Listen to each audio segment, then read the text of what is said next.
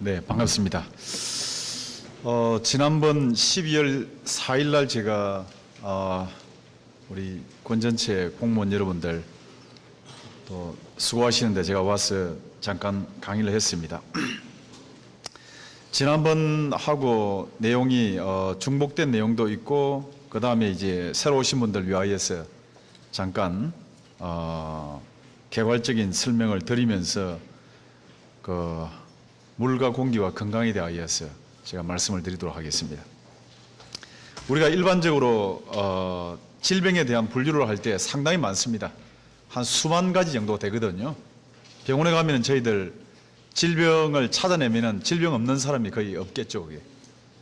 그래서 이제 한국에서는 대표적으로 암이 사망의 제1 원인이고 그 다음에 심장질환, 뇌질환, 고혈압, 당뇨라든지 각종 이제 관절염이라든지 또 아니면은 뭐 위에 염증이나 장염이나 그 다음에 이제 특히 한국 사람은 4,700만 중에서 한 350만 명 정도가 간염, B형 간염, C형 간염으로 고통을 받고 있는데 이런 거 감염성 질환, 그 다음에 이제 내분비, 호르몬에 문제가 있는 질환이라든지 또 소화기 질환을 우리가 분류를 하고 있습니다.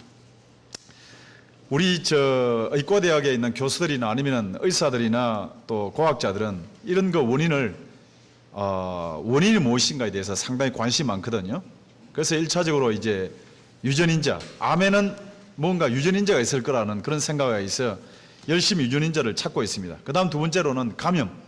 한 10년 전만 하더라도 암이 박테리아가 박테리아에 의해서 암이 생긴다 이런 학설을 부르짖으면 바보 취급받았습니다.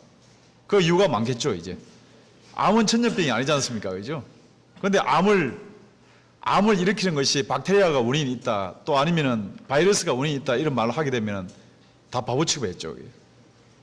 하지만 이제 그런 학설이 예를 들면은 위암 같은 경우에는 헬리코박터라는 박테리아가 일으킨다는 설을 이제 정설로 받아들이고 있거든요. 오랫동안 주장했던 호주에 있는 그 의사, 과학자는 상당한 그 바보 취급을 당하면서도 줄기차게 위암을 일으키는 것은 헬리코박터라는 박테리아가 일으킨다 해서 인정을 받아서 노벨상까지 받는 그런 일이 벌어집니다. 한 20년 전만 하더라도 간암에 대하여서는 많은 사람들이 바이러스 설에 대해서 부정했습니다. 하지만은 이제 B형 간염이나 C형 간염을 방치해두면은 암에 걸린다는 그런 것을 이제는 정설로 받아들이고 있죠.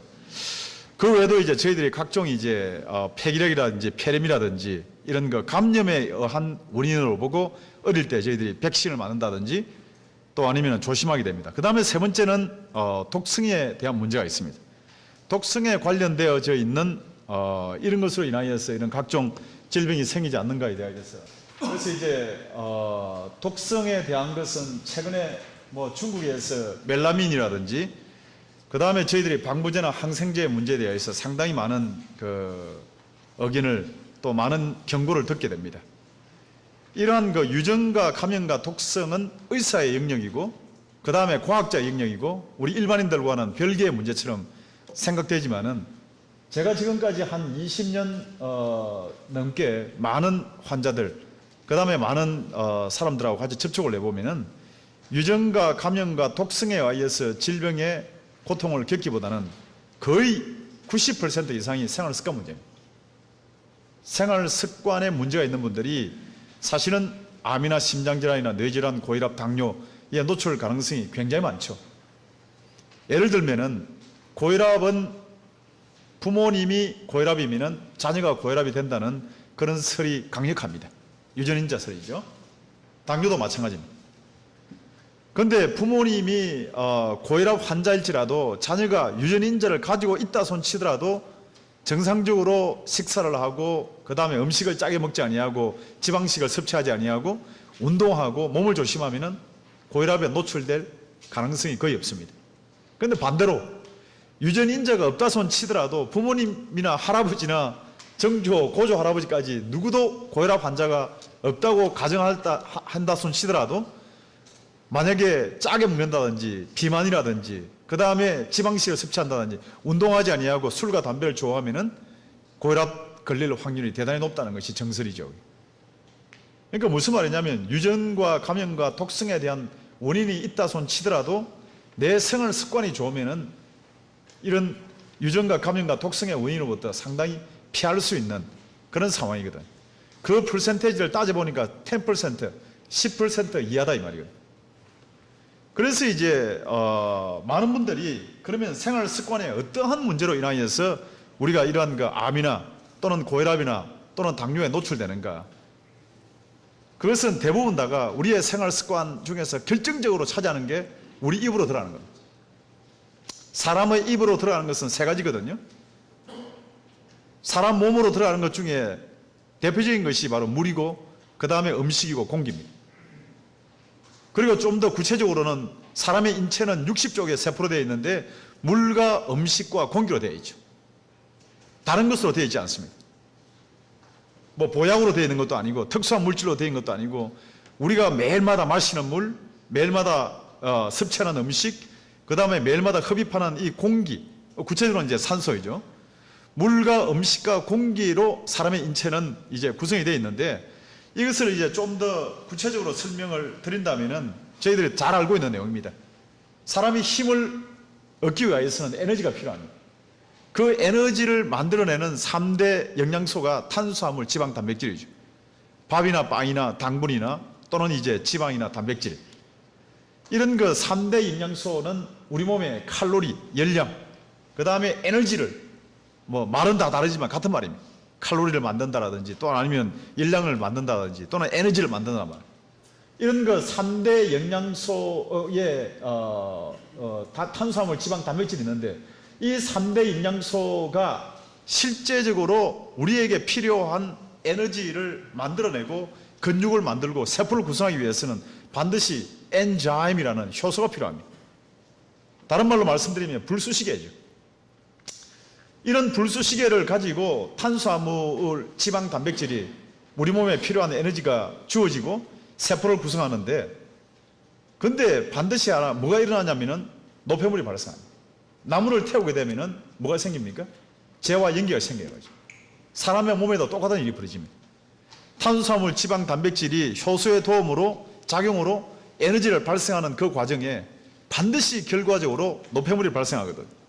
이 노폐물을 구체적으로 탄수화물은 밥이나 빵이나 당분은 어떤 노폐물을 우리 몸속에 만들어내냐면 이산화탄소라는 가스를 발생합니다. 그 다음에 에너지로 전환되지 아니하는 혈당, 다른 말로 이제 고혈당이라고 그러죠. 그 다음에 운동하는 가운데에 근육 속에서 생기는 젖산이라는 것. 그래서 이제 병원에 가서 혈액 검사 통해서 혈당이 높게 되면은 우리는 당뇨병이라고 진단을 받게 되는 거죠. 그 다음에 젖산이나 이산화탄소가 몸에 가득 차게 되면은 만성 피로증을 느끼게 됩니다. 그 다음 두 번째로는 지방은 탄수화물의 약 2배 정도의 에너지와 열량과 칼로리를 만들어냅니다. 대단히 중요한 에너지원이죠. 그 지방이 에너지로 바꾸어지지 아니하고 우리의 또는 신경의 세포라든지 또는 신경에 관련된 조직으로 변화되지 아니하면은 호르몬으로 변화되지 아니하고 우리 몸에서 돌아다닌 것을 우리는 고중성지방, 고지방산, 고콜레스테롤이라는 말을 쓰게 됩니다. 이것은 이제 구체적으로 우리 몸에 어떤 질병을 남기냐면은 비만이나 지방간이나 동맥경화나 고혈압이나 심장질환, 뇌질환. 예를 들면은 지방을 잘 섭취하지 않는 사람과 지방을 많이 섭취하는 사람의 대장암의 발병률을 보면은 지방을 많이 섭취하는 사람이 압도적으로 높습니다. 여성들 경우에는 자궁암이 압도적으로 높죠. 그 다음에 남성들 경우에는 전립선암이 압도적으로 높습니다. 그 다음에 여성들은 유방암이 높죠.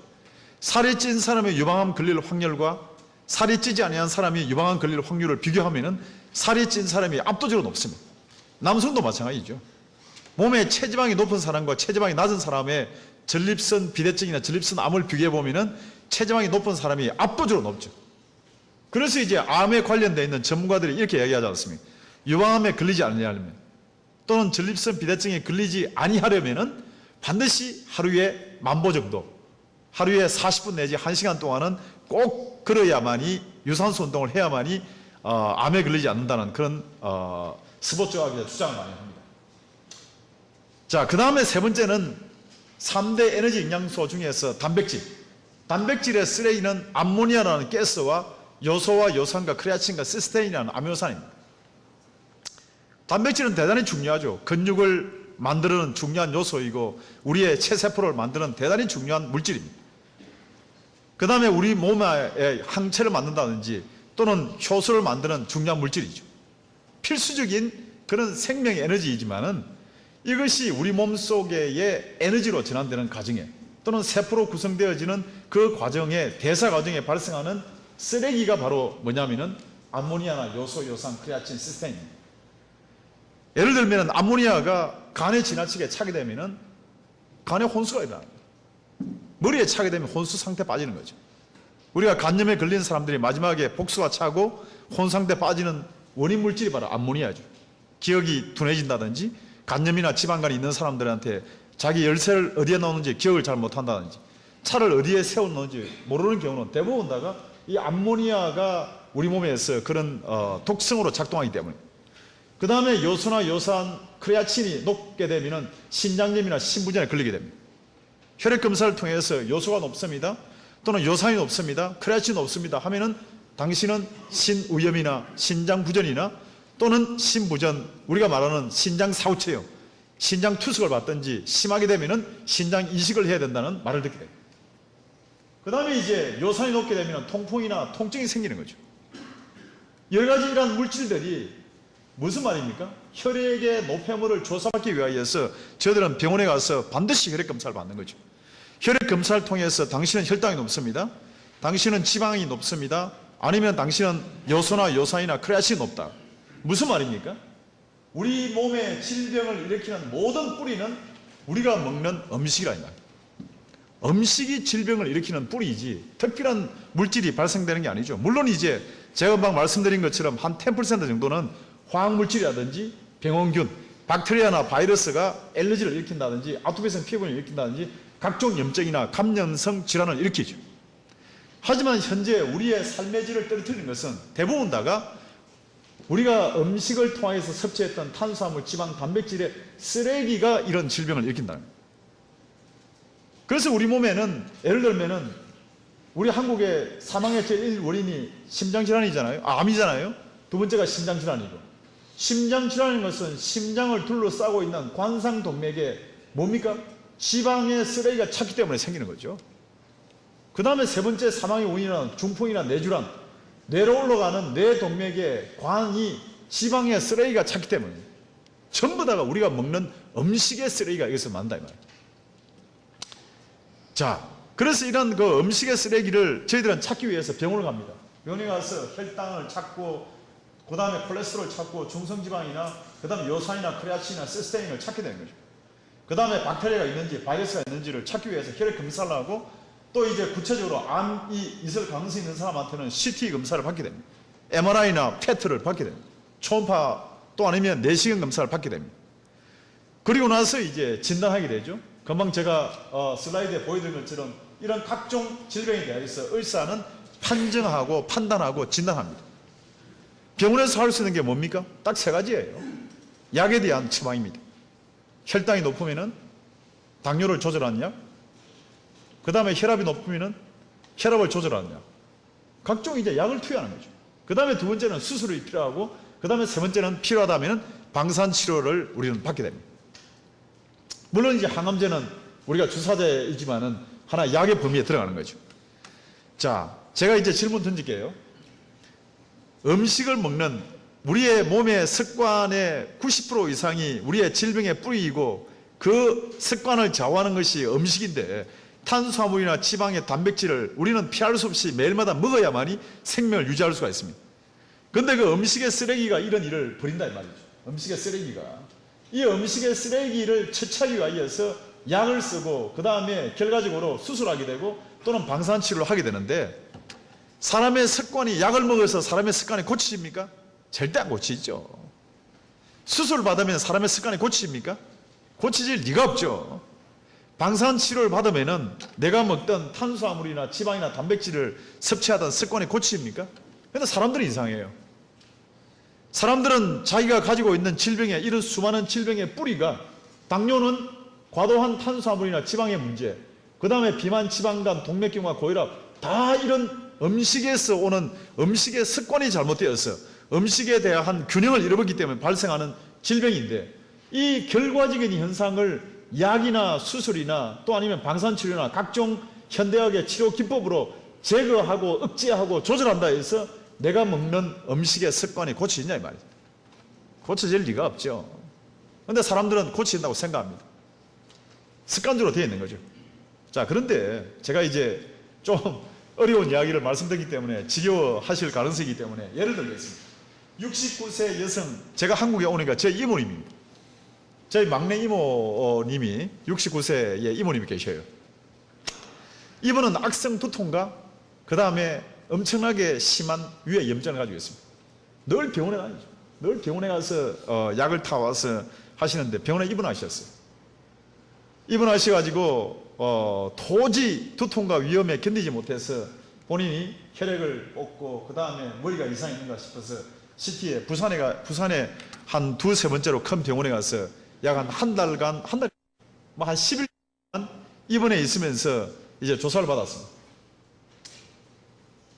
이런 조사를 받는 가운데 투여하는 약이 있었다 보니까 제가 이제 의사한테 투여한 처방전을 보내달라고 했어요. 저희 이모님이니까 이모님의 허락을 받아서 2009년 1월 23일에서 2월 2일까지 10일간 병원에 입원했는데 부산에서 두세 번째로 큰 병원입니다. 부산대학 병원으로 그 다음에 큰 병원이에요. 뭐 명예에 관련된 문제이기 때문에 구체적으로 설명하지 않습니다만 10일 동안에 투여한 약입니다. 이분 아직까지도 두통과 위험의 원인을 잘 몰라요. 의무기록 사원증명서를 40회에 대한 의무기록 사원증명서를 떼가지고 결과적으로 어떤 결론을 냈냐면은 이 사람의 질병의 원인을 모른다고 했는데 병원에서 투여한 약이 이렇습니다. 엄청난 일이 벌어지고 있는 거죠, 사실. 변비약에서부터 위장운동 조절제부터 촉진제, 위장약, 위궤양치료제, 식욕촉진제, 편두통, 항파킨슨제, 뇌신경활성제, 편두통약, 소염진통제, 그 다음에 심지어는 마약성 몰핀 진통제에 투여하더라고요. 항염제, 항생제에다가 그다음제까지 다 투여. 며칠 동안, 10일 동안. 미국 같으면은 고발당합니다. 이 정도 엄청난 약을 투여. 한국 병원에 예사로 벌어지는 일들이에요, 이게. 한국 병원에서. 병원에 들어가기 전에 건강하게 발로 걸어 들어갔다가 병원에 들어갔다가 이런 약 때문에 의사의 문제가 아니고 약으로 인해서 사람 죽어요, 이게. 왜? 머리에 내가 가지고 있는 두통과 위험, 위의 통증이 약으로 치료할 수 있다고 믿고 있잖아요. 오늘 여기에 참석하셨던 우리 많은 분들이 다 이렇게 믿고 있습니다. 이것은 과거에 20년 전, 30년 전 원시국가에서 벌어진 일이 아니고 한국의 제2의 도시에서 일어나 있는 대단한 일들이죠. 살아있는 일들이죠. 지금 2009년 1월 23일에서 2월 2일 저희 가정에 있는 저희 막내 이모님이 병원에 입원해서 죽는다고 이거 2월 2일 날 병원 와서 2월 9일 정도 되니까 뭐 하냐니까 수술하자 이거예요. 머리 뇌수술을. 100명도 모르고 있잖아. 이런 일들이 많이 벌어집니다, 한국에. 상당히 심각한 일이죠. 약으로 모든 것을 처리할 수 있다고. 물론 약의 기능을 부정하는 거 아닙니다. 약이라는 것은 억제하고 그 다음에 차단하고 조절하는 분명한 펑션이 있습니다. 그런데 오늘 제가 한번 질문할게요. 우리 제 앞에 계시는 우리 여자분 질문해도 되죠? 예, 우리 여성분께 질문 드리겠습니다. 청국장 좋아하시죠? 한국에 우리 또 뭐 굴에 또 굉장하게 음식물 좋지 않습니까? 아침에 청국장을 끓여가지고 이제 치우고 출근하셔야 되는데 치우지 않고 집에다 놔뒀습니다. 그러니까 저녁에 가면 청국장 냄새가 진동하겠죠, 집에다. 그러면 청국장 그 냄새 없애라고 우리 남편 되시는 분께서 그런 말씀을 하시면은 그 청국장 냄새 없애기 위해서 작년 크리스마스 때 우리 서울에 있는 또 자녀분한테 받았던 향수 막 뿌립니까? 냄새 없애라고. 향수 안 뿌리잖아요. 그렇잖아요. 향수로 냄새가 없어지지 않으니까 그 청국장 냄새를 없애기 위해서 방향제 가져와서 방향제 뿌립니까? 방향제 뿌릴 리가 없다고요. 물론 뿌리겠죠. 냄새가 너무 독하니까. 그러면 이제 세 번째 뭐 하겠습니까? 쓰레기통에 넣어서 청국장에 먹다 남은 음식의 쓰레기를 쓰레기통에 넣겠죠, 그죠? 자, 제가 다시 질문합니다. 방향제를 뿌리고 그 다음에 향수를 뿌리고 그 음식의 쓰레기를 어디다가 쓰레기통에 넣었다고 했다 한치라도 쓰레기가 그 집에서 없어졌습니까? 없으니까 아니죠. 예? 향수를 뿌리고 그 다음에 방향제를 뿌리고 그 쓰레기를 비닐 안에 넣어서 묶어 나왔다 손치더라도 쓰레기는 여전히 우리 집에 존재합니다. 약은 어떤 역할을 하느냐 하면은 향수와 방향제와 쓰레기 봉투 역할 이상을 하지 못한다. 잘 아셔야 돼요. 약은 우리 몸속에 있는 음식의 쓰레기를 절대로 버리지 못합니다. 약에 대한 기능이 분명히 있습니다. 억제하고 차단하고 조절합니다. 향수나 방향제나 쓰레기 봉투처럼 우리가 먹었던 음식을 쌓아둔다든지 냄새를 억제한다든지 진물이 나지 않도록 하는 정도의 기능은 분명히 가지고 있습니다. 약을 먹으면 죽을 수 있습니다. 약을 먹어야 고혈압이 조절될 수가 있고 약을 먹어야 당뇨에서 조절받을 수 있고 약을 먹어야 통증에서 억제가 될 수 있습니다. 그런데 분명한 것은 내 몸에 속에 있는 노폐물은 약은 절대로 제거할 수 없습니다. 향수와 방향제와 쓰레기 봉투의 역할. 그런데 많은 사람들은 이 약의 기능을 쓰레기도 버릴 수 있다고 생각해요. 절대 그렇지 않습니다. 금방 제가 다시 돌아갑니다. 사람의 질병의 뿌리가 어디 있다고 그랬습니까? 사람의 질병의 뿌리는 우리가 먹는 음식의 쓰레기가 90% 이상이다 이 말이죠. 그 쓰레기를 억제하고 조절하고 차단할 수 있지만 음식의 쓰레기를 버리지 아니하면은 내 집에는 여전히 쓰레기가 있는 것처럼 우리 몸도 똑같은 일이 벌어집니다. 그래서 어떻게 하면은 약에 의존하지 아니하고 또 병원에 의존하지 아니하고 내 가정에서 내 개인이 질병의 뿌리를 걷어낼 것인가? 딱 두 가지입니다. 첫째는 노폐물을 제거하고 두 번째는 면역이죠. 자, 그렇다면은 처음에 슬라이드로 다시 돌아갑니다. 사람이 탄수화물과 지방, 단백질을 먹지 않으면 심장이 24시간 동안 뛸 수가 없습니다. 그 다음에 우리 몸의 각종 세포는 살아남지를 못하죠. 그래서 이것을 우리는 에너지를 공급받아야 되는데 효소의 도움을 받을 때 반드시 자연현상으로 우리 몸에는 노폐물이 발생된다. 이 노폐물을 없애기 위한 두 가지 방법이 있습니다. 하나는 바로 완전 연소를 시키는 방법이 있습니다. 재나 연기가 많이 발생하지 않도록 하려면 나무를 태울 때에 강력한 불로 가하면 절대로 연기가 발생하지 않죠. 마찬가지로 우리 몸에도 불수식에 해당되는 효소를 조절하고 적절한 시간에 효소를 분비하고 적절한 시간에 효소의 세기를 조절한다든지 그 다음에 노폐물을 제때 배출한답니다. 딱 두 가지밖에 없어요.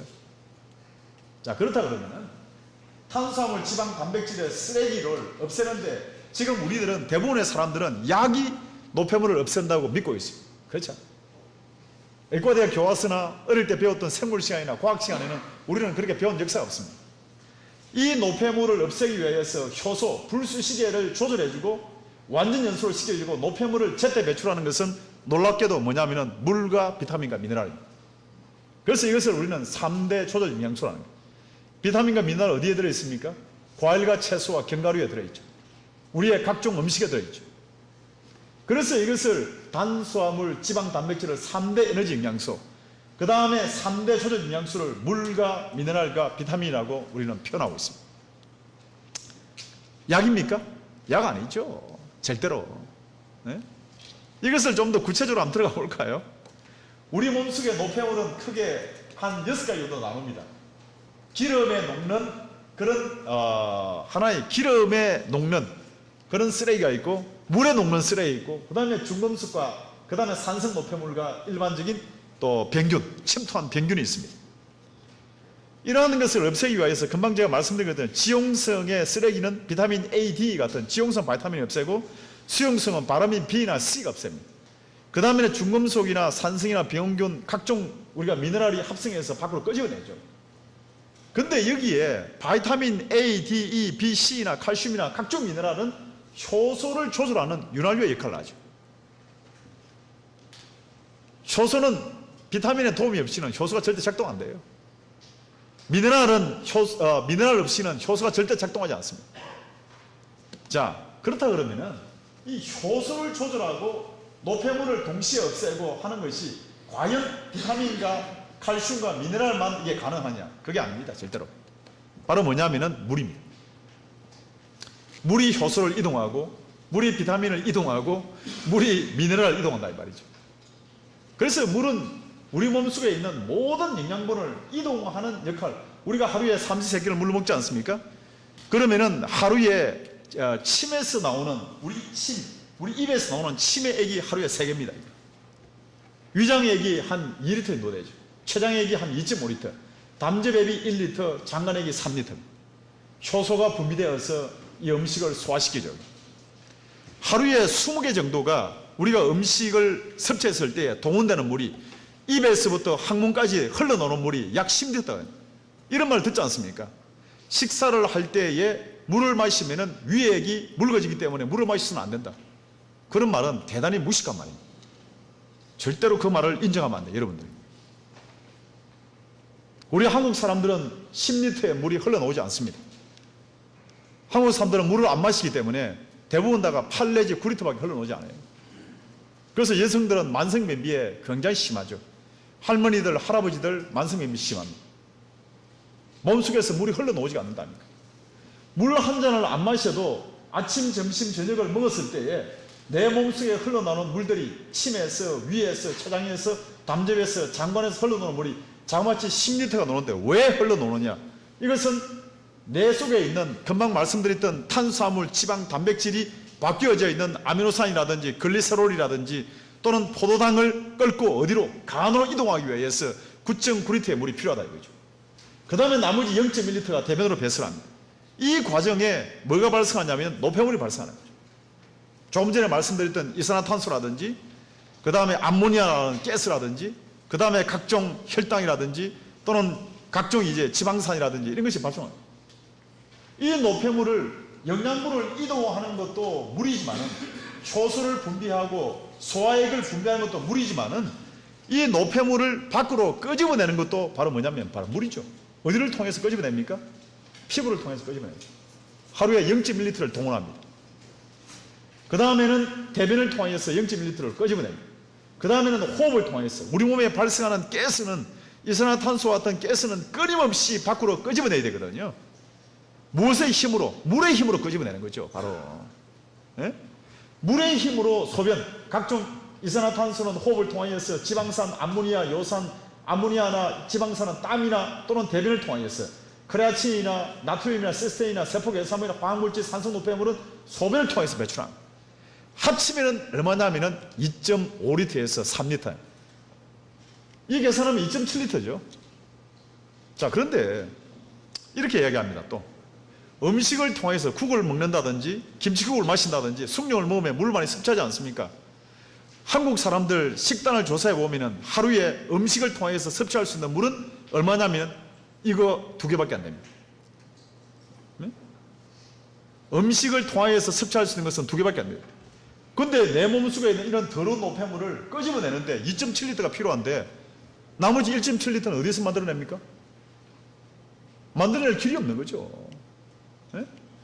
음식을 통해서 들어온 물이 1리터고 내 속에 발생한 더러운 노폐물을 끄집어내는데 2.7리터가 필요한데 나머지 1.7리터 이상은 어디에서 확보하냐 이 말이에요. 네? 어디에서요? 맥주에. 조금 이따가 제가 말씀드릴게요. 과연 확보할 수 있는지. 그러니까 변비가 생기는 거죠. 그러니까 이 노폐물이 쌓이기 시작하는 거예요. 들어오는 물은 음식을 통해서 1리터가 들어오고 빠져나가야 물이 2.7리터가 빠져나가야 되는데 안 빠져나가는 거죠. 물이 없으면 빠져나가지를 않습니다. 그러니까 지방산이 차게 되고 그 다음에 각종 노폐물이 몸속에 차기 시작하는 거죠.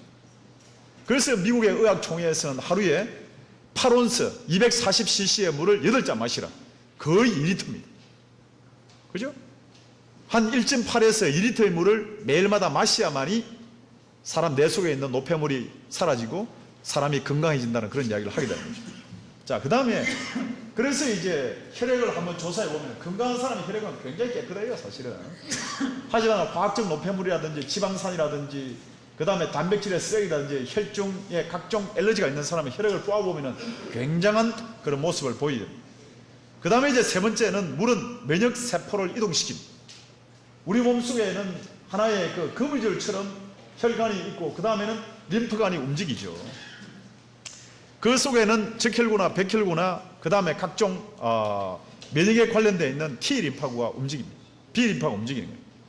외부의 혈액 안이라든지 외부의 화학물질이나 약물 내성균이나 노폐물이 침투하면은 이것을 우리는 인식합니다. 기억합니다. T림파구가 간염균이구나, 에이즈균이구나, 그 다음에 매독균이구나, 또 아니면은 임균이구나, 또 아니면은 감기 바이러스구나 인식하는 거죠. 그 다음에 두 번째로는 B림파구에다가 명령합니다. 우리 몸 안에서 벌어지고 있는 일들이에요.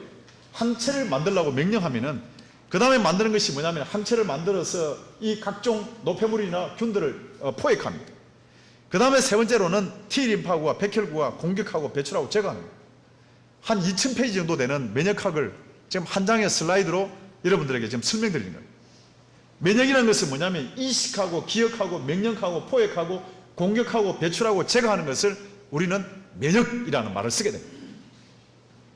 이 면역의 세포인 T림파구나 B림파구나 백혈구 원료가 뭡니까? 보약입니까? 특수한 약입니까? 특수한 주사입니까? 절대 아니죠. T림파구나 B림파구나 백혈구의 원료는 물과 음식과 공기입니다.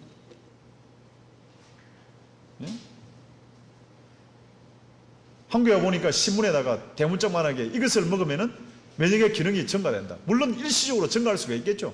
근거가 있으니까 그런 말을 쓰겠죠.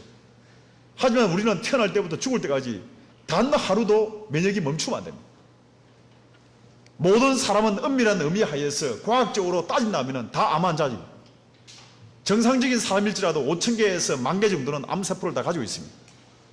암세포를 가지고 있지만 우리 몸속에 이런 T림파구나 B림파구나 백혈구가 정상적으로 작동하기 때문에 우리의 암세포가 정식되지 않는 거죠. 그것이 정식되어서 10년, 짧은 사람은 5년. 그래서 눈으로 확인할 수 있고 혈액 검사를 확인할 수 있는 것이 당신은 암의 초기다, 암의 1기다, 2기다, 3기다, 말기라고 표현하는 거죠. 뭐냐면은 면역의 세포의 뿌리는 음식입니다. 그 다음에 이러한 면역세포 T림파구나 B림파구나 백혈구를 자유롭게 혈관, 림프구, 그 다음에 세포 사이로 이동시키는 물질이 뭐냐면 바로 물이다. 물이 없으면 절대 이동 못합니다. 물이 면역세포를 이동한다. 그래서 물의 기능은 크게 세 가지. 음식을 영양분을 이동하고 그 다음에 노폐물을 배출하고 그 다음에 면역을 이동하고. 처음에 그랬잖아요. 우리의 질병의 뿌리는 바로 음식의 쓰레기인데 이 음식의 쓰레기를 밖으로 끄집어낼 수 있는 파워를 가지고 있는 것은 물밖에 없다. 그 다음에 외부에 침투한 병균이나 각종 노폐물에 대한 대항을 할 수 있는 면역세포를 이동하는 것도 물만이 할 수 있는 일들입니다. 약이 이동합니까? 약 이동 못해요. 절대로. 절대 이동 못합니다. 그래서 우리가 우리 몸 안에 뇌 척수액은 99%가 물이고 혈장은 94%, 뇌혈백질은 85%, 근육은 75, 72. 중요한 기관들은 다 물로 채워져 있죠. 물로. 근데 이러한 물들이 1.2%만 탈수되면 우리는 통증을 느끼게 됩니다. 5%가 탈수되면 혼수가 있고 10%가 탈수되면 사망이 되는데 만약에 탈수가 일어나면 어떤 일이 벌어지냐면 노폐물이 우리 몸에 축적되어 있죠. 제가 말씀드렸잖아요. 물이 우리 몸에 필요한 물을 채워주지 아니하면 우리 몸에는 노폐물이 반드시 축적됩니다. 당연한 이야기지 않습니까? 쓰레기가 세수대 안에 쓰레기가 있는데 그걸 물로 안 씻으면 계속 쓰레기를 부어넣게 되면 녹겠습니까? 우리 몸도 마찬가지죠. 구조고. 그럴 때 일어나는 반응이 뭐냐면은 통증과 알레르기 반응이다. 이것은 갈증의 신호. 내가 머리가 아프고 위가 아프고 근육통이 생기고 내 몸이 아프다는 것은 그 통증의 뿌리를 파고 들어가 보면은 노폐물이고 그 노폐물의 원인은 바로 탈수에서 벌어진다. 이것은 thirst signal.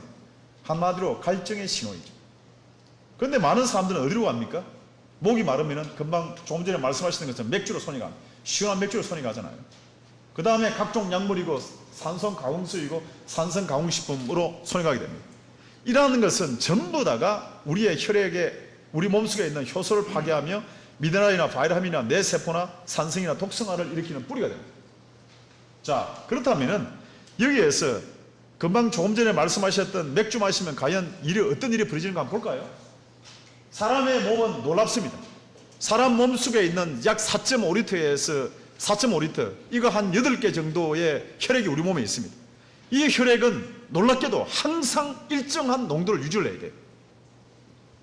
물론 이제 왔다 갔다 하죠. 하지만은 혈액 검사를 하면 항상 pH 농도가, 폐화 농도가 7.0이 중성이고, 그 다음에 14가 알칼리고 제로가 산성이라고 표현합니다. 근데 사람의 혈액은 7.3에서 7.5까지밖에 움직여요. 약 알칼리다. 그 다음에 오염되지 아니한 자연수, 오염되지 아니한 빗물, 오염되지 아니한 바닷물, 오염되지 아니한 지하수는 전부 다가 혈액의 농도와 거의 비슷합니다. 우리가 먹는 채소, 바이타민, 미네랄, 필수 지방산은 전부 다 알칼리입니다. 그런데 우리 몸속에 있는 탈수를 시키는 물질들, 우유나 커피나 콜라, 사이다, 위스키, 소주, 정종, 와인, 각종 건강음료, 게토레이라든지 포카리 스웨트, 포카리 스웨트가 이름에다가 알칼리라고 되어 있지만 알칼리 아닙니다. 산성입니다. 조사해 보면. 그 다음에 식초나 간장, 된장, 고추장, 김치, 역삼투압 정수기에서 나온 물, 집에서 달아난 여러분들 가정에서 많이 쓰고 있는 역삼투압 정수기에서 나오는 물은 강산성입니다. 그 다음에는 체내 노폐물이나 약물이나 화학물질은 전부 다가 혈액을 탈수시키는 물질들이에요.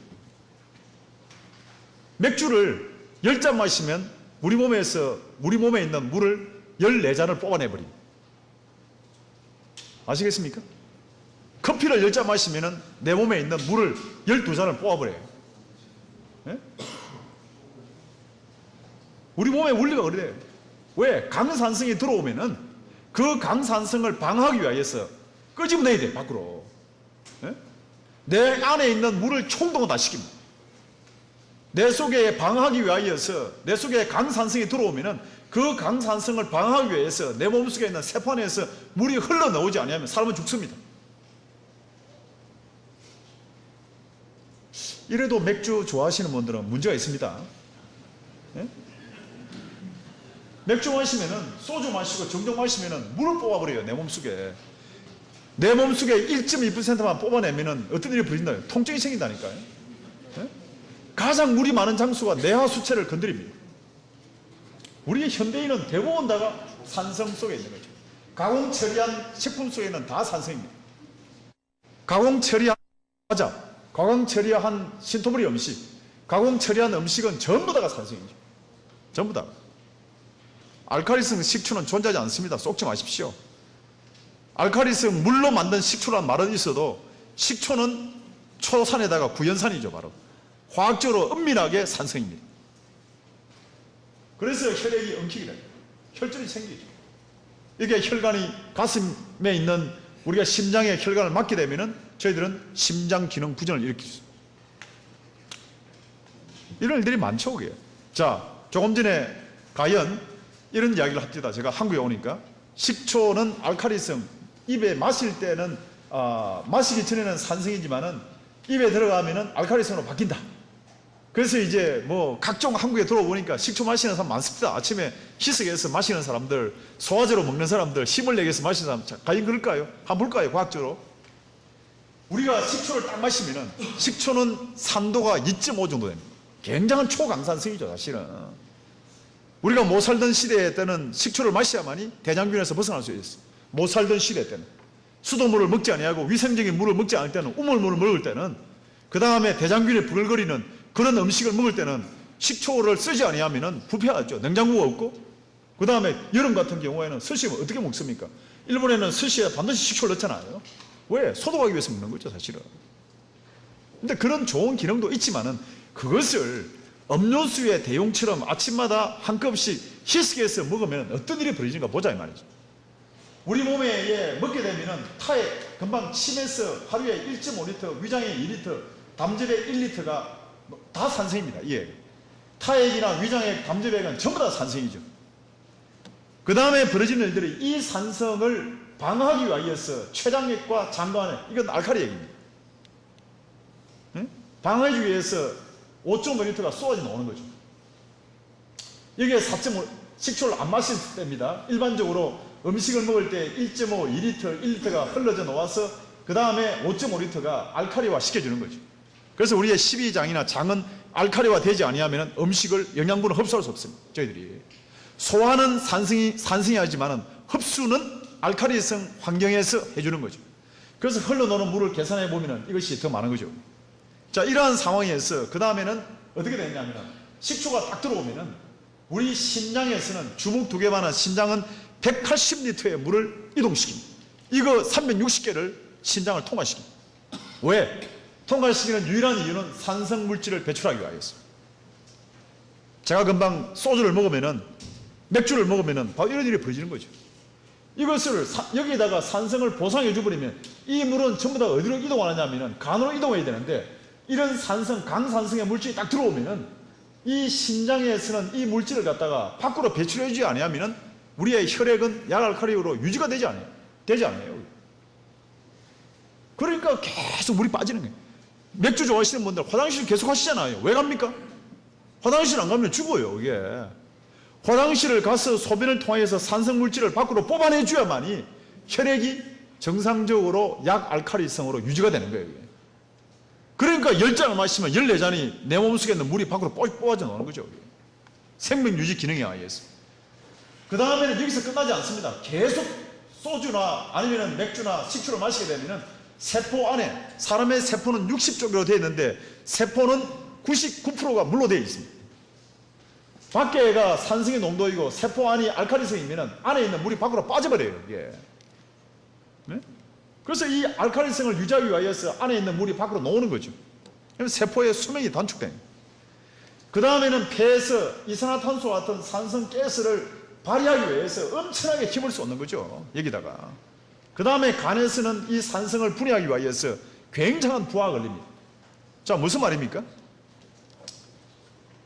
이것을 이 간이나 폐나 심장이나 우리 몸의 혈액을 유지해주기 위해서 물을 마시면 괜찮은데, 물 2리터나 바이타민이나 미네랄, 이 알칼리성을 마시면 보상이 됩니다.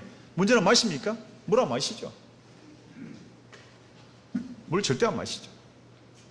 이게 빠져있는 상태에서는 무슨 말입니까? 혈액을 약알칼리성을 유지해주기 위해서 간이나 폐나 심장이나 그 다음에 이 물질을 분비하는 각종 기관들이 대단한 부하가 걸리는 거죠. 이런 상태에서 만약에 탈수가 지속되면 첫째는 관절이 나가버립니다. 할머니, 할아버지들이 연세가 많으셔서 관절 나간다고 생각하십니까? 그렇지 않아요, 절대로. 사람의 이 속에 관절과 관절 사이에는 물이 들어있습니다. 관절낭 속에는. 척추 같은 경우는 4번, 5번 사이에는 물이 들어가 있는데 디스크가 있잖아요. 그 속에 물은 우리의 체중의 75%를 유지해 줍니다. 그 안에 있는 연골이 우리 체중의 25%가 유지 안 해줘요, 여기. 물이 빠져버리니까 당장에 탈수되는 사람의 첫 번째 특징이 허리에 통증이 오는 거죠. 다이어트 하는 우리 여자아이들, 우리 따님들, 여러분들의 따님들 허리 아프다고 많이 이야기할 겁니다. 왜? 물 안 먹으면 허리 아파요, 당장에. 그 다음에 두 번째로는 피부가 나가버립니다. 피부에 골이 패이는 거죠. 할아버지, 할머니들이 왜 주름살이 있습니까? 물이 빠져나가기 때문에. 어린아이는 체중의 80% 이상이 물입니다. 그런데 아이들은 그렇지만은 어른들은, 노인들은 55%까지 다운되어 버립니다. 심할 경우에는 50% 이하로 다운되는 거죠.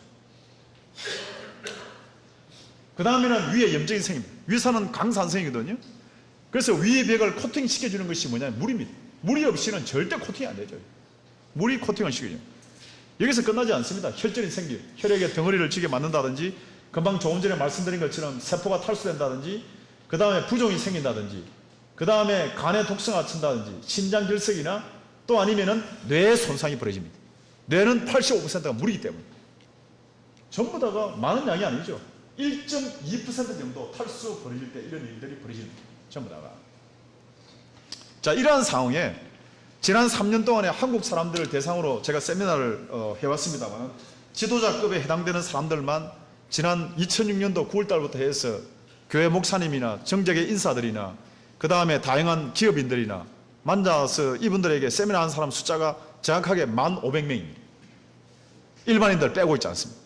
그 중에서 암 환자가 170명 있었습니다. 170명의 암 환자들 중에서 지난 10년 동안에 금방 제가 소개해드렸던 사람의 혈액과 비슷한 물을 마시는데 안 걸렸다는 사람 제인데 보고하라 하면 한 명도 없었다. 분명한 사실이에요. 이것은. 암 환자의 특징은 딱 두 가지입니다. 탈수와 영양실조예요. 무슨 말을 하더라도 지금까지 지난 10년 동안에 물을 제대로 안 마신 분은 이미 암에 노출되어 있다 해도 과언이 아니죠. 사실 혈액을 뽑아보면 엉망진창이죠. 혈액을 뽑아. 제가 1,500명이라는 것은 그분들의 혈액을 다 뽑은 숫자 중에서 약 170명에 미국에서 150명 지난 3년 동안의 그 데이터 말입니다. 2년 6개월 동안의 데이터가. 거기에 보면은 두 가지 특징이에요. 암 환자들의 공통점은 놀랍게도 하나같이 상담을 해보면은 저는 물 좀 마셨습니까? 하루에 한 잔, 두 잔도 물 안 마셨다는 사람이 100%예요. 주위에 있는 가족들이나 주위에 있는 친구들 한번 보십시오. 물 안 마십니다. 암 환자들 물 마시는 습관이 거의 없습니다. 그 다음에 식사, 금방 제가 말씀드린 물과 음식과 공기로 사람의 생명 유지가 되는데 음식 먹는 것을 우습게 생각하는 사람들 전부 다가 폭식하거나 편식하거나 아침을 굶거나 식사를 또 안 하거나 며칠 동안 밥 안 먹어도 나는 굉장히 힘센 사람이라 자랑하는 사람들, 대부분 사람들이 탈수와 영양실조로 암에 걸리더라고요. 왜? 물은 영양분을 이동하고 우리 몸속에 있는 더러운 노폐물을 끄집어내고 그 다음에 면역세포를 이동시키는 강력한 기능을 가지고 있기 때문에 그 물의 기능을 빼앗아버리면 당연히 영양분이 이동 안 되면 영양실조 올릴 거고 그 다음에 면역의 세포를 이루는 영양분이 없을 거고 그 다음 노폐물이 배출되지 아니하고 그 다음에 면역이 활동이 안 되니까 암에 노출되는 거죠. 그래서 우리 몸에는 대단한 방어 기능이 있습니다. 제가 앞에 말씀드릴게요. 우리 조남이 어떻게 되십니까? 예, 이 선생님 심장에 암 걸렸다는 사람 들어봤습니까?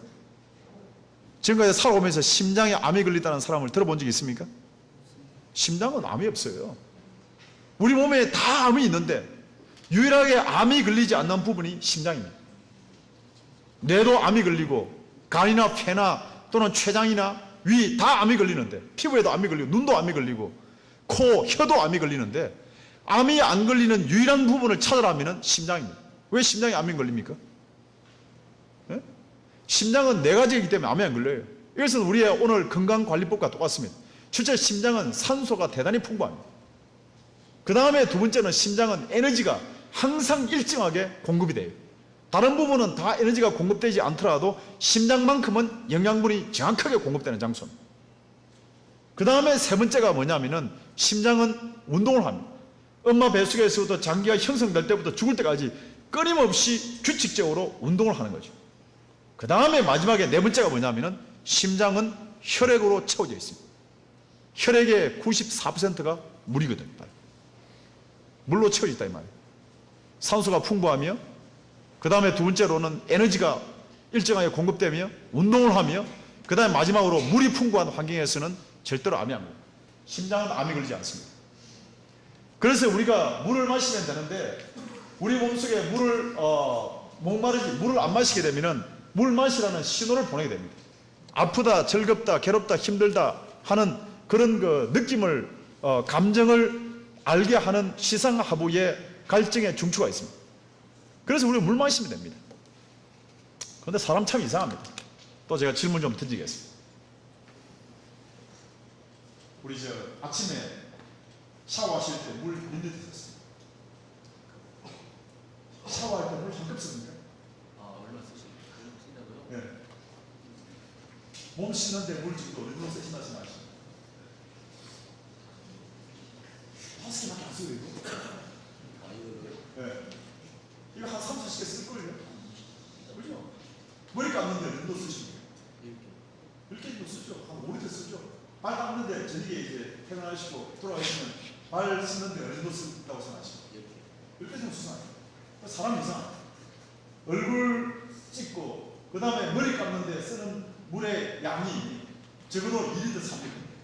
적어도 있지 않습니까? 발 씻는데 적어도 4, 5리터를 써요.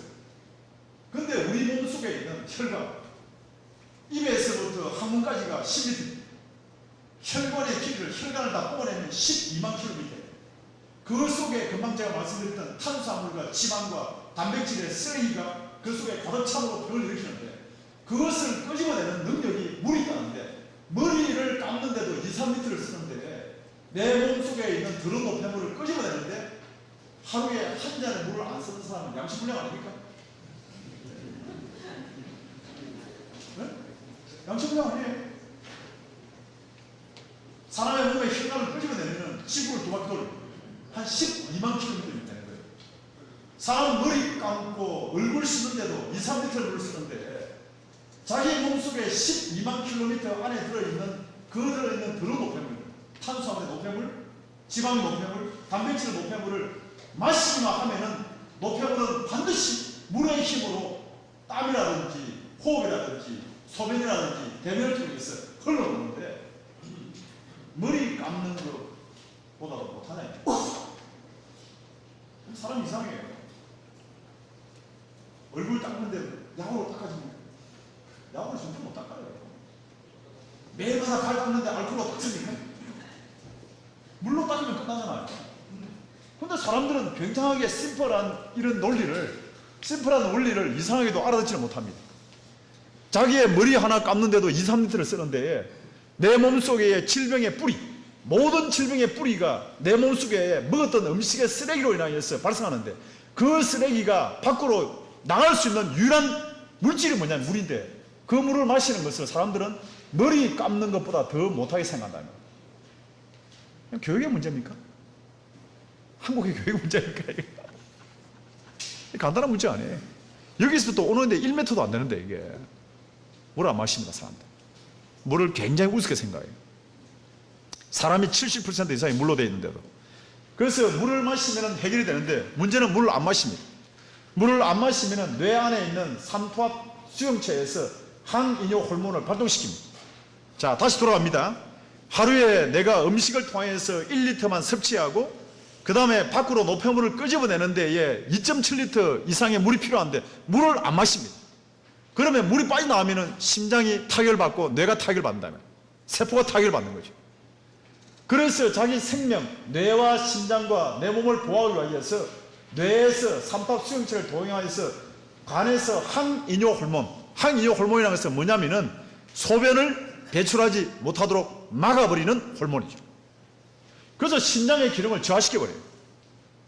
그래서 나이가 들어가지고 여러분들 그런 경험 많이 하시잖아요. 화장실에 가가지고 가만히 서 있는데 소변이 잘 안 나와요.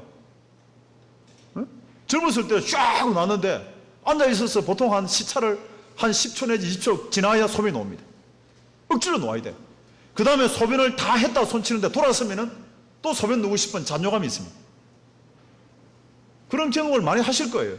물 안 드시는 분 대부분 그렇습니다. 왜? 몸속에 있는 물이 빠져나가면 내가 죽어버립니다. 내 몸에 물이 빠져나가지 못하도록 신장의 기능을 저하시켜 놓는 거죠. 뇌의 명령을 받았던 항이뇨 호르몬이 그런 작동을 하고 있습니다. 여성들 경우에는 어떤 일이 벌어집니까? 화장실에 가서 소변을 누고 싶은데 소변이 배설이 안 돼요. 네? 그래서 병원에 찾아가죠. 방광염인 줄 알고. 그러면 또 뭐냐면 물만 마시면 끝날 일을 항생제를 또 먹습니다. 그 다음에 요실금이 생깁니다. 컨트롤이 안 돼요. 소변을 배설해야 될 시간에 배설이 안 되고 배설하지 말아야 할 시간에 소변이 배설되는 일들이 벌어지는 거예요. 왜? 신장의 기능을 저하시키기 때문에 소변량이 감소하며 쓰레기가 차기 시작합니다. 하루에 180리터의 물이 통과시키면서 혈액이 통과하면서 이 속에 있는 노폐물을 제거하는데 이 기능을 저하시켜 놓으니까 내 몸속에 있는 노폐물이 제거되지 않으니까 가장 많은 노폐물이 뭔지 아십니까? 바로 우리가 먹는 음식 가운데에서도 소금이죠. 소금이 빠져나가지 않습니다. 그러니까 이 소금 때문에 세포 안에 있는 물이 흘러나와서 부종이 생깁니다. 물을 많이 마시기 때문에 부종이 생긴 게 아니고 물을 안 마시기 때문에 생기는 거죠. 부종이라는 것은. 그 다음에는 혈압이 증가합니다. 산성의 노폐물이나 각종 몸의 노폐물이 소변을 통해서 빠져나가야 되는데 빠져나가지 않고 몸에 돌아다닙니다. 한국의 고혈압 환자의 70% 이상입니다. 이 케이스가. 그 다음에 뭘까요? 여기서 끝나지 않죠. 절대적인 물의 양, 대변을 통해서도 100cc, 0.1리터의 물을 뽑아내야 되는데 물이 부족하니까 변비를 안 시키는 거죠. 배변을 안 시키는 거죠. 그러니까 악성 변비에 있는 거죠. 배 안에서 노폐물이 차게 됩니다. 지방이 찬 것이 대장염이고 그 폴립이 생긴 것이 대장암으로 발전하잖아요. 바로 변비에서 스타트됩니다. 이 속으로 물이 나가야 되는데 여기서 끝납니까? 폐에서 물이 빠져나가야 되는데 하루에 1리터의 물이 빠져나가는데 안 빠져나가니까 호흡량이 감소하고 산소가 결핍되고 폐부족이 일어나는 거죠. 여기서 절대로 안 끝내죠. 마지막 뭡니까? 피부입니다. 온도를 저하시키. 몸의 온도가 나가면은 이 체표면을 통하여서 물이 빠져나가니까 온도를 강제적으로 다운시켜버립니다. 특히 물 안 마시는 여성들은 손을 잡아보면 손이 시체처럼 차요. 그분들 대부분 다 물 안 마시는 분. 거의 대부분이. 남자도 그런 분이 계시는데 그런 분들 대부분 다 물 안 드시는 분. 술이나 좋아하고 소주, 위스키 좋아하시는 분들, 그렇습니다. 아침에 일어나 보십시오. 손이 얼음장처럼 차요. 바로 이런 상태. 온도가 저하고 혈액순환 저하며 노폐물이 축적되는 그런 신장과 그 다음에 장관과 피부와 그 다음에 어떤 일이. 그래서 물을 마시기 시작하면 제일 먼저 바뀌는 게 피부입니다. 우리 군수님 피부 좀 바뀌었다 생각하지 않습니까? 한 3, 4개월 전에 비하해서. 예? 물이 그 정도로 중요해요. 피부를 바꿉니다. 피부의 세포는 수명이 45일입니다. 물을 45일 동안 계속 마시면 바뀌죠, 피부가.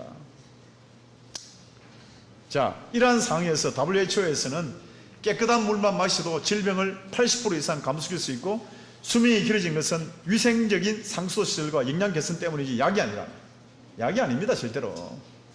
캄보디아는 상수도가 8%가 안 되기 때문에 평균 수명이 54세밖에 안 돼요.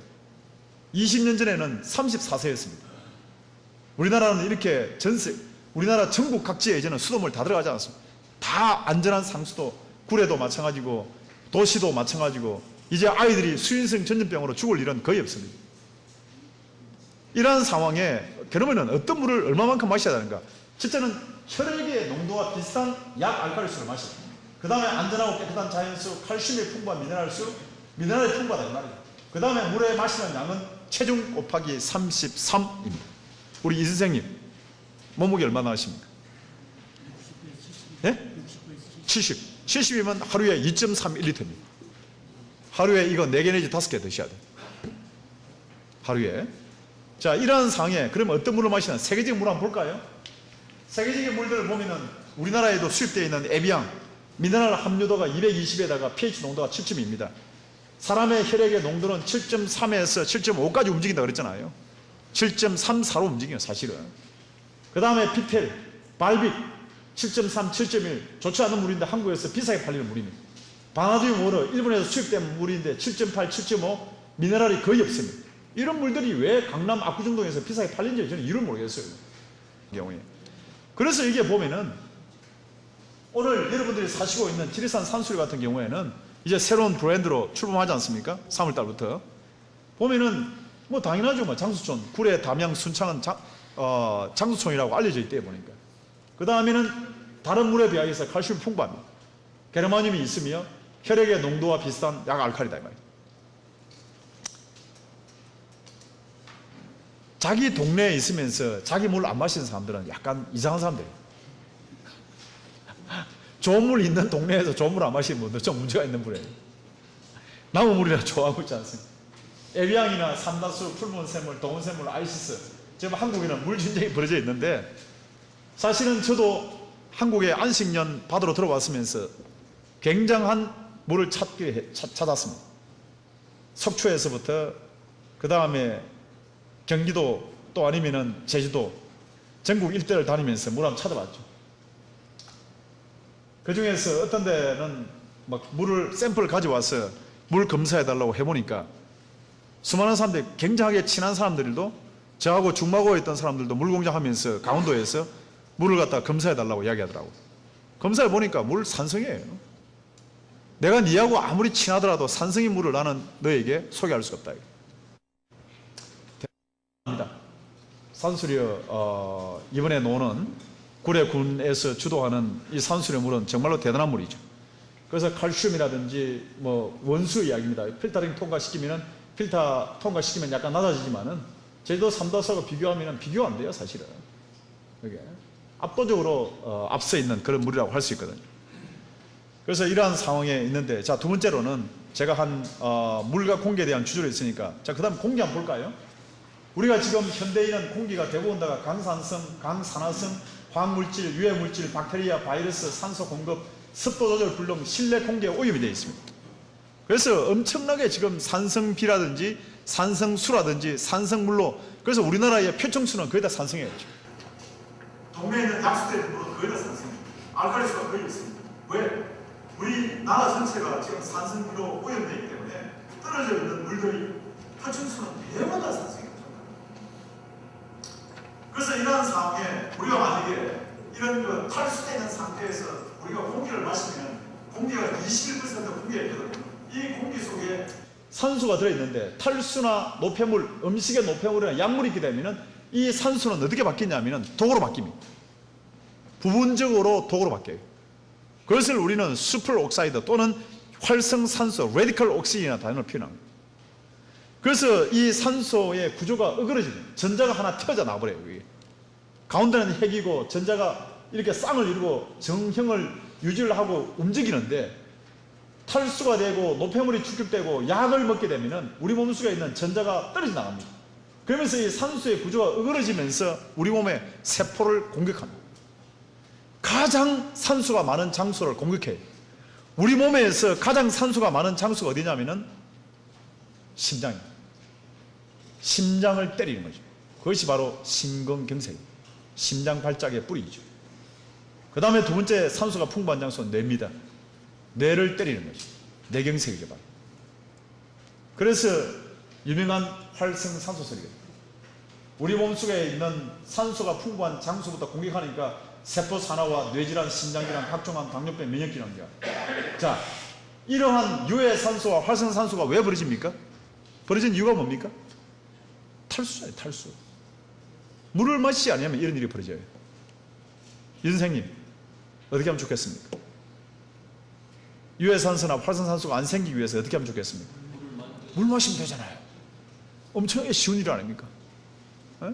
이게 너무 쉬운 이야기니까 사람들이 믿어지지가 않아요. 어? 어려워야 되는데 돈도 엄청나게 많이 들고 노력도 많이 하고 그 다음에 애도 많이 써야 되는데 이게 너무 쉬우니까 사람들이 실천이 안 되는 거예요. 너무 쉬우니까. 그 다음에 이제 두 번째가 뭐냐면은 이런 전자를 품고 있는 물질이 있습니다. 그게 뭐냐면은 바로 과일과 채소 안에 들어있는 물과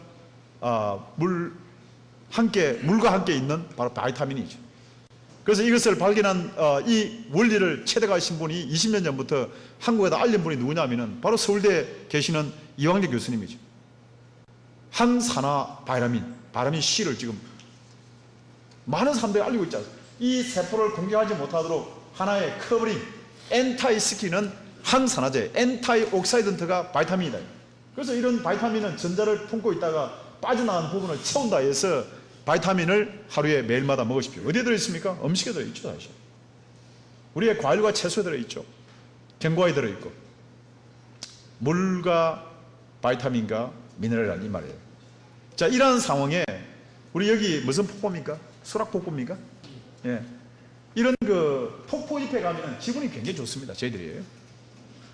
물이 떨어지는 장소에 가면은 굉장히 기분이 좋아요. 왜 기분이 좋으냐면은 이런 기분이 좋다는 것을 처음에 많은 사람들이 좀 특이하게 생각했어요. 왜 폭포 근처 가면 기분이 좋고 산림소에 가면은 기분이 상쾌하고 물론 산소가 풍부하고 여러 가지 이론이 있지만 페톤치드가 있다라든지 이론이 있지만은 그렇지만은 폭포 잎에 가면은 뭔가 서늘한 기분이라든지 상쾌한 기분이 왜 들까 이거예요.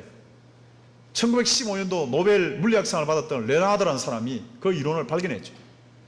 가서 폭포잎을 조사해 보니까 폭포에 있는 공기는 단순한 공기가 아니고 음이온, 음전하를 품고 있는 공기가 우리로 하여금 굉장히 기분을 좋게 한다.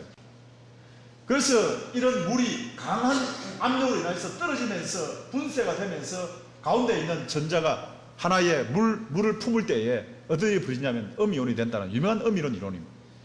그래서 이제 폭포 근처라든지 폭포의 근처에 음이온을 카운트해 보면 한 10만 정도, 나이아가라 같은 경우에는 엄청난 강력한 낙차를 가지고 떨어지기 때문에 근처에 가서 측정해 보면 한 10만 정도 나온다고 일반적으로 보고 있습니다. 해변에는 파도가 치는 해변에는 한 8만 정도, 1cc 안에 설탕 정도, 각설탕 사이즈 안에 들어가는 이온수를 음이온을 카운트해 보니까 이 정도 나온다 이 말이죠. 그 다음에 지난번에 제 스텝하고 와가지고 일찍 강연에 올 때 도착해가지고 측정해 보니까 굴의 숲 같은 경우에는 한 10,000 정도 나옵니다. 굴의 숲 같은 경우. 차를 몰고 저 위로 올라가서 이 기계를 가져와서 한번 측정해 보니까 상당합니다. 그 다음에 시내, 우리가 서울 시내 거리에는 한 200 정도, 아파트의 실내는 150, 병실은 100밖에 나오지 않아요. 공기가 양이온으로 가득 차 있다.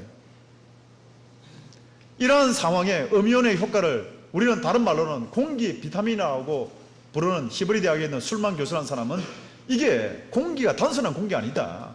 조사를 해보니까 굉장합니다. 혈압이나 혈당이나 지방산이나 적혈구, 그 다음에 산, 효소, 이뇨작용, 혈중 질소, 수면 효과, 진통 효과, 발모, 굉장한 효과가 있다는 것을 지난 한 70년 동안에 수많은 학자들이 조사하기 시작한 거죠. 여러분이 음이온이라는 말을 많이 듣지 않습니까? 뭐 음이온이 노는 팔찌, 뭐 음이온이 노는 전기매트, 그것은 거의 대부분 다가 굉장히 미미해요, 사실은.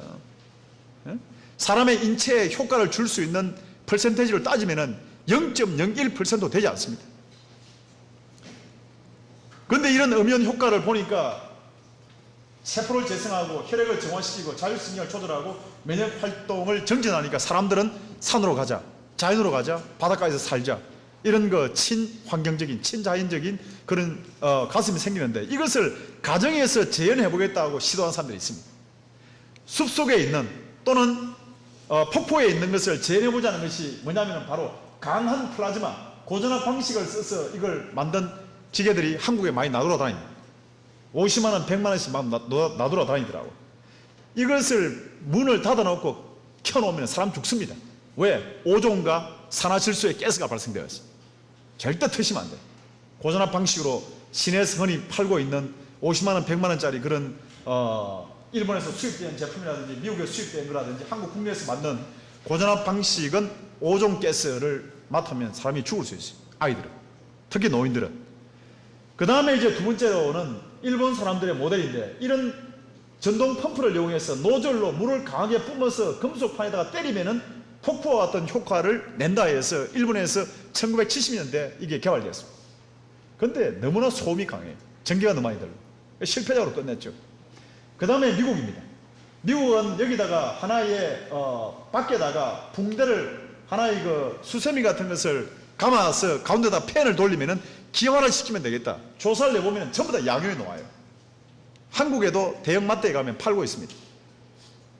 그 다음에는 이제 초음파나 온열식, 여러분들이 잘 알고 있는 가습기죠. 조사해 보면은 전부 다가 뭐냐면은 양용이 나옵니다. 습도를 조절해주는 역할을 하더라도 상당하게 폭포 수입과 같은 그런 불쾌함을 느끼죠. 불쾌함을 느끼면 좋은 감정을 느끼게 하는 게 불쾌함을 느끼게 만드는 거죠. 그래서 저희들이 동경대학에서 어떻게 했냐면은 알칼리수를 잡아놓고 그 다음에 특수한 세라믹을 넣어서, 이 세라믹은 일본 같은 경우에는 물이 알칼리수가 거의 없습니다. 일본 같은 경우에. 그래서 일본에는 알칼리를 만들어내기 위해서 오키나와에 있는 산호를 세라믹화해서 넣어서 이걸 물을 발생하십니다. 그래서 여기에다가 양이온 제거관이라든지 초음파 제거기, 한국 국내에도 제트크가 많이 나와 있어요. 일본도 마찬가지고. 여기에 대하여서. 그래서 일본 국내에서는 이거 한 대가 우리나라 돈으로 한 1,000만 원 하죠. 네? 공기를 맑게 하잖아요. 그래서 이러한 상황에 엄청난 일이 벌어져. 뇌를 활성화시킨다든지, 폐 안에 항균작용을 한다든지, 피부를 맑게 한다든지, 머리를 나게 한다든지, 일본에서는 머리를 나게 한다는 그런 이름으로 신경물질을 컨트롤합니다. 그 다음에는 각종이죠. 비강 전망을 보호하고 항산화작용, 항균작용, 항염작용, 자율신경 활동을 조절하고 세로토닌 분비를 조절하고 우울증을 개선하며 불수면증, 진통 효과를. 자, 그래서 이제 이런 다양한 효과를 가지고 있는데, 더 놀라운 것은 병실에다가 집중치료실에다가 일반적으로 아무것도 안 썼을 때 하지만은 이러한 금방 음이온을 발생하는 공기 생성기를 써보니까 1주째, 2주째가 치사적인 포도산 구균이 다운된다는 유명한 보고서가 있습니다. 그래서 무슨 말입니까? 오늘 샘플로 제가 가져왔는데, 산수류라는 물을 구례군이 이제 주도해서 이 물을 나가지만 물을 마시는 물로 끝내지 않아요, 절대로. 이 프로젝트를 스타트했을 때. 네? 우리가 예사로 수돗물을 담아서 그냥 이런 그 물에다 하는데, 우리 지난번에 11월 달에 구례군을 처음 방문했을 때 군수님께서 이런 말씀 하시더라고요. 구례에 있는 공기를 모아서 한국의 서울이라든지 공기 안 좋은 곳에 팔 수 있는 시대가 올 거라고. 정말 옳은 말씀입니다. 그런데 그 공기의 핵심적인 원료가 뭐냐면 물입니다. 물이 없는 곳에는 공기가 좋지 않아요, 절대로. 그 물을 이용해서 가정에서, 우리 실내에서 질산과 같은 그런 노고당과 같은 공기, 친환경 같은 공기, 그 다음에 구례와 같은 공기를 지연시키고자 하는 그 물이 여기에 나온다. 이 물에 그런 효과예요. 마시고 흡입하자. 처음에 무슨 말씀드렸습니까? 물과 음식과 공기죠. 바로. 이것을 인식하고 사시는 분들이 얼마나 계시는지. 예? 구례군에 있는 한 3만 명 정도 되시는 우리 국민들께서 정말로 구례가 가지고 있는 이 엄청난 자산, 원유를 뽑아서 개발해서 정유회사를 차려서 그 다음에 그 정유회사 차린 것을 가지고 개솔린까지 받아내려면 엄청난 돈이 들어요. 근데 물은 넣어서 뽑으면은, 예를 들면은 개솔린 미국 같은 경우에 물 1리터에 에비앙 하나가 1,500원입니다. 수입값보다 훨씬 비싸요. 개솔린보다 훨씬 비쌉니다. 물이 개솔린보다 비싼 시대에 접어들었다. 21세기에 지금. 이 엄청난 자산을 구례군이 가지고 계시거든. 그래서 제 개인적인 비전은 건강 세미나를 이제 마치겠습니다만은 물과 음식과 공기를 통하여서 우리는 해결하지 못할 일이 없습니다. 여러분들이 삶 속에서 내수가 있는 모든 더러운 노폐물은 약이 없애주는 것이 아닙니다. 약은 억제하고 차단하고 조절하는 기능은 있지만은 일시적으로, 하지만은 우리가 매일마다 마시는 물, 매일마다 흡입하는 공기, 매일마다 섭취하는 그 음식을 통하여서 내수가 있는 더러운 노폐물을 끊임없이 끄집어내고 면역 세포를 이동하고 영양분을 공급한다는 이 사실을 우리 기억하시면서 여러분 개인의 건강뿐 아니라 그다음 우리와 함께 있는 많은 직원들이나 또 국민들의 건강 문제를 생각해서 우리 구례군 안에서 물 마시는 운동, 그 다음에 물을 통하여서 놀라운 여러분들의 건강 회복의 역사가 일어나기를 개인적으로 바라고 있습니다. 감사합니다.